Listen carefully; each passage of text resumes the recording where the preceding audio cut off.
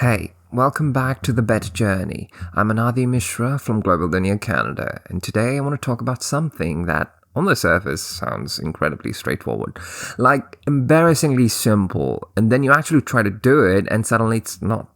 FIT travel. Now, depending on who you ask, FIT stands for either free independent travel or flexible independent travel. I like flexible independent travel personally because I think that's what people actually mean when they say it. Free sounds a little chaotic.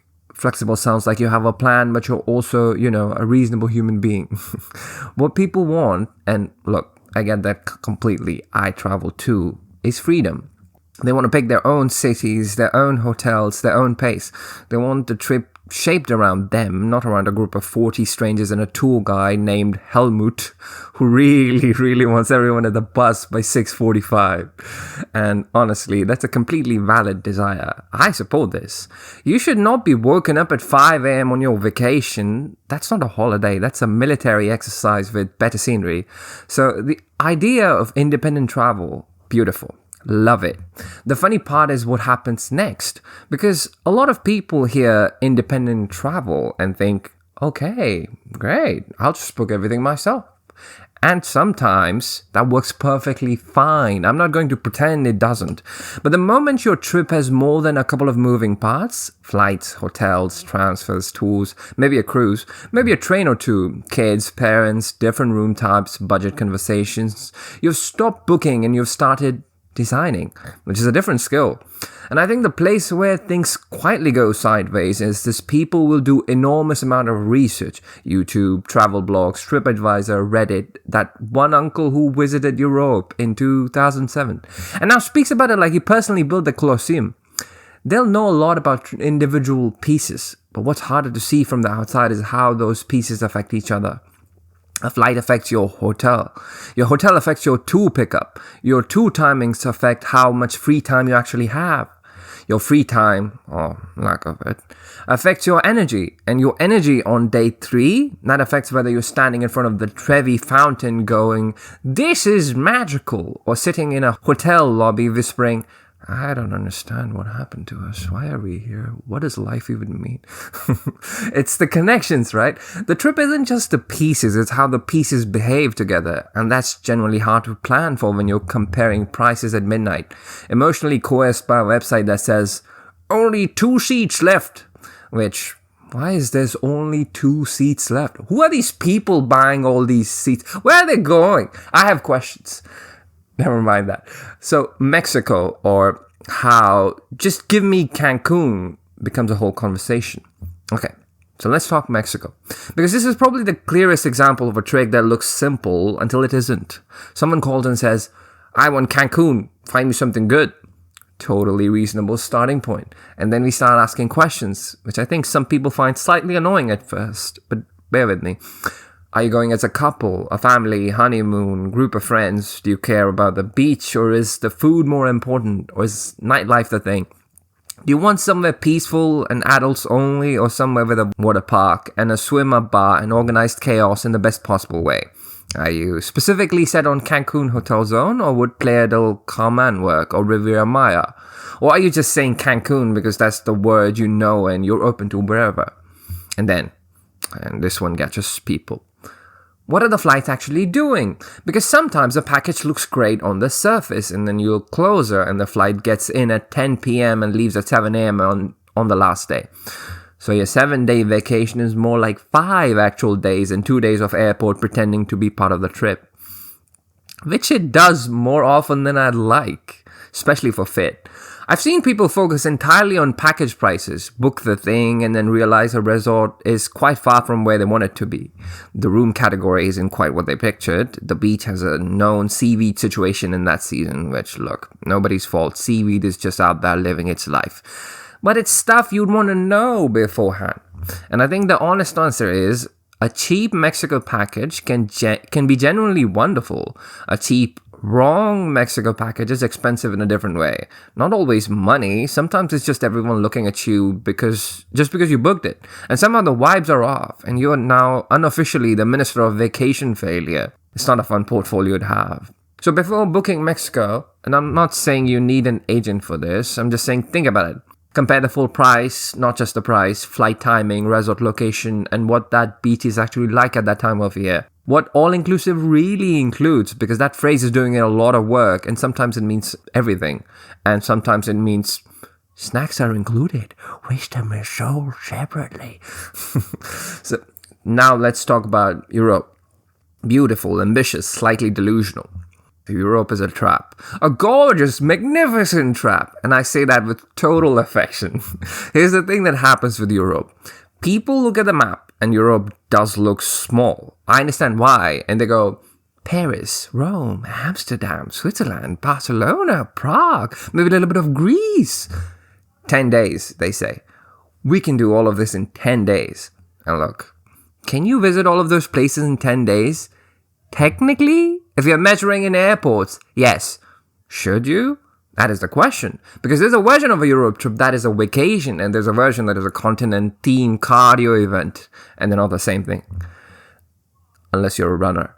The planning question with Europe isn't just which cities, it's how do these cities connect without your group starting to quietly resent each other by day 5. Like, let's say Paris, Switzerland, and Italy. Stunning combination, truly. Now there are real questions. Are they flying in one end and out the other? Or does it loop back? Are they doing trains? And if so, with how much luggage? And is anyone in the group, let's say, not a fast walker? Are the hotels actually near where things are? Or are they commuting 45 minutes into the city every morning because the rate was slightly better? That last one is sneaky.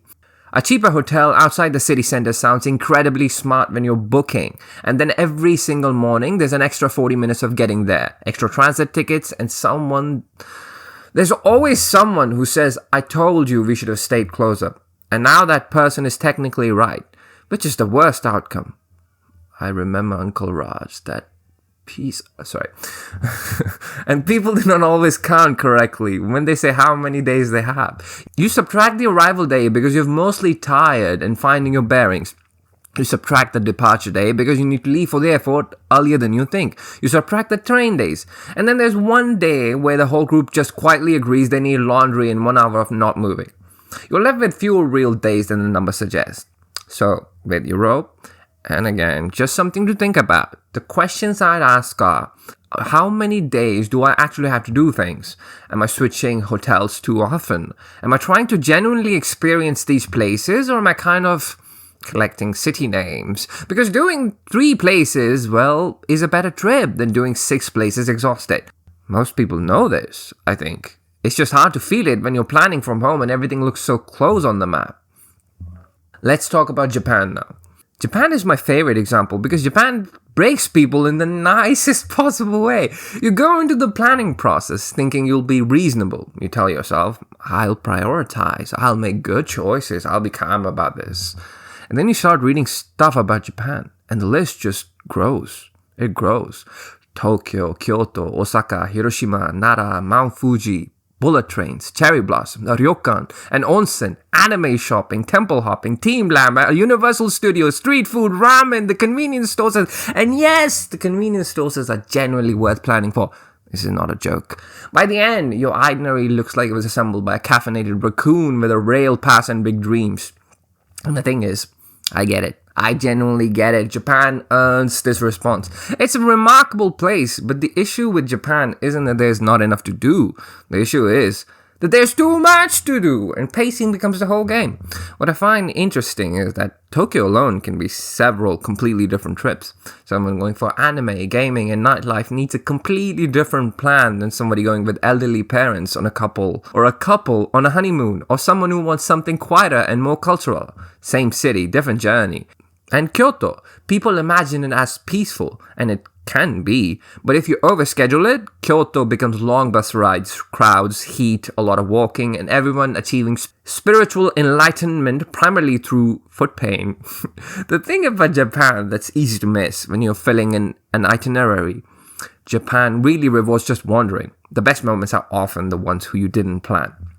The ramen place you found by accident, the tiny shrine nobody mentioned, the store you walked into for 5 minutes and then looked up and 45 minutes had passed and you somehow spent money and you're not sure you regret it. If you schedule every hour, you technically see everything, but you lose the texture of the place. So, a good Japan plan should be efficient where it needs to be. City transfers, hotel locations near good train lines where you actually want to be moving hotels every 2 days or if that's going to weigh you down.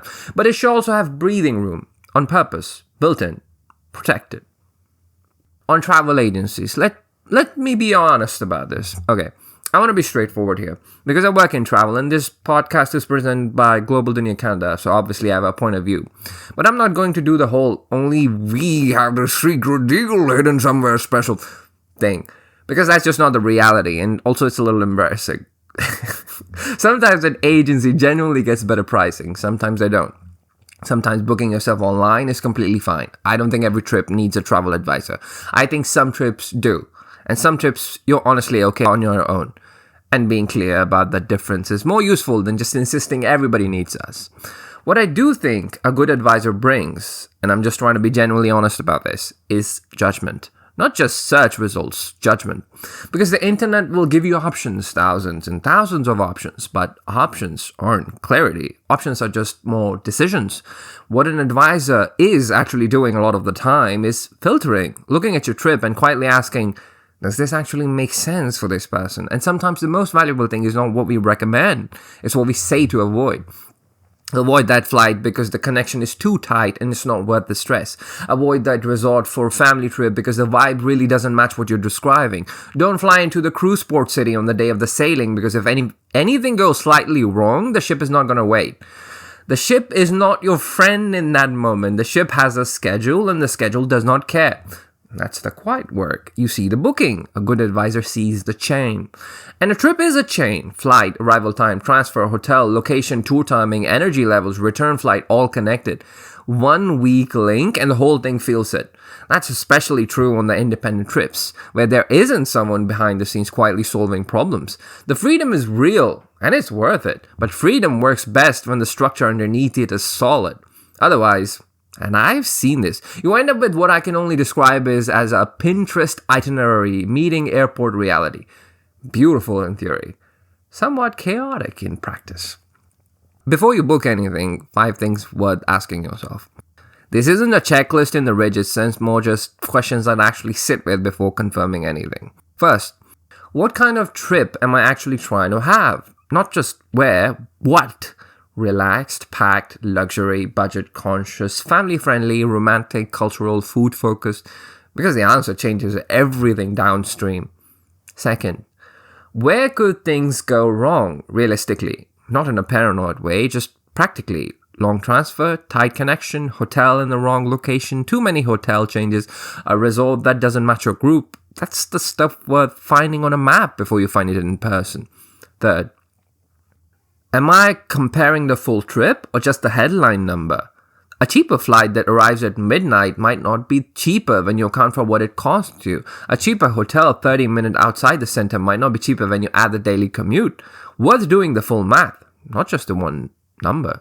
Fourth, does this plan actually fit the people going? A solo traveler, a honeymoon couple, a family with kids, a group of friends, elderly parents, same destination, genuinely different trip. What works beautifully for one group can be exhausting for one other. And fifth, maybe most importantly, where do you want flexibility and where do you need structure? Because this is actually the heart of good FIT planning. It's not about locking everything down, it's about protecting the parts that, if they go wrong, drag everything else down with them, so that the rest can actually feel free. So that's really the idea for today. Flexible independent travel isn't about doing everything yourself. It's about having a trip that's genuinely built around you. Your pace, your people, your version of a good time. And sometimes this is the slight counterintuitive part. The more independent your trip is, the more the planning underneath it matters. Because when the structure is right, you don't feel it. You are just there. You're not solving problems at the airport. You're not discovering that the hotel is near the city in the same way that a distant suburb is technically near a city. You're just traveling. which is the whole point, right? The goal of good planning isn't to make travel complicated, it's to make it feel simple while you're actually living it. Anyway, that's what we think about at Global Dunya Canada, and it's what this podcast is really trying to do. Not just talk about where to go, but how to think before you go. Thanks so much for listening to The Better Journey. I'm Anadi Mishra, and I'll see you in the next one.